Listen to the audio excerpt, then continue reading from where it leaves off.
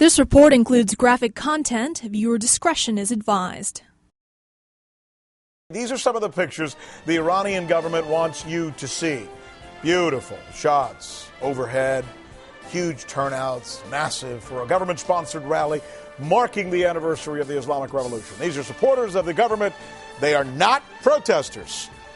Quick listen now to the state-run Iranian television as it describes this.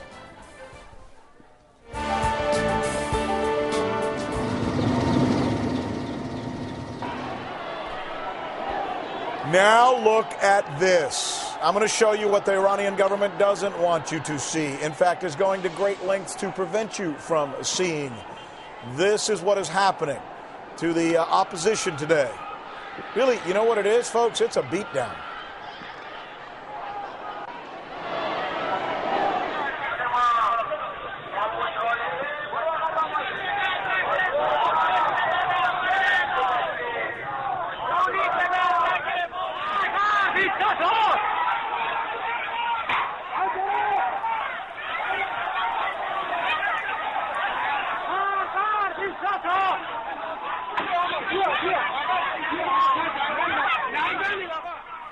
We're taking you through several videos here, and as you watch them, you'll get the same impression that most of us got as we were watching this, and that is that the government has been adamant about making sure that this particular celebration, which is what they're calling it over there, 31 years after the Ayatollah took hold and they kicked out the Shah, they're making darn sure that this holiday was not hijacked by anti-government protesters. Riot troops have broken up opposition rallies.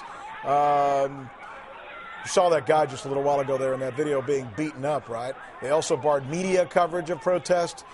That's why we're showing you some of this amateur video. Our folks, our guys there, our CNN guys aren't allowed to shoot this stuff or get it out of there or use social media to tell the story. Ivan Watson's been following this story for us.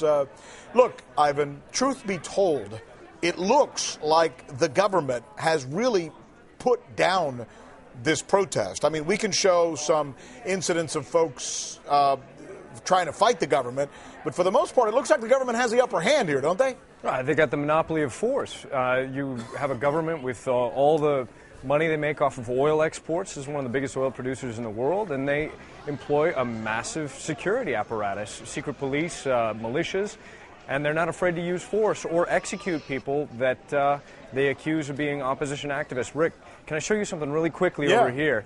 YouTube has been a big source of a lot of the opposition stuff has been put up there. It's almost midnight in Tehran. This is video, we think, from this evening. You can't see much, but listen.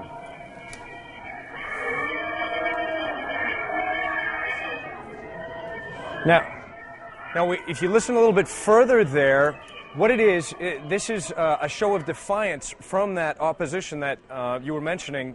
Looks like it's getting beaten up, and it is true. Yelling from the rooftops at night. This is one of the ways they show their defiance. And tonight what we've been hearing is them yelling death to the dictator.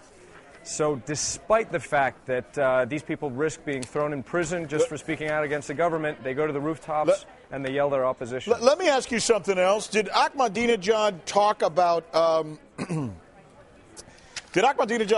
the situation there with them being able to enrich more uranium, almost being braggadocious about the fact that they're real close to having nukes? Because I got a quote here I want to read you, okay? Sure. I'm going to read you this quote. This is from Robert Gibbs, President Obama's guy. He said this.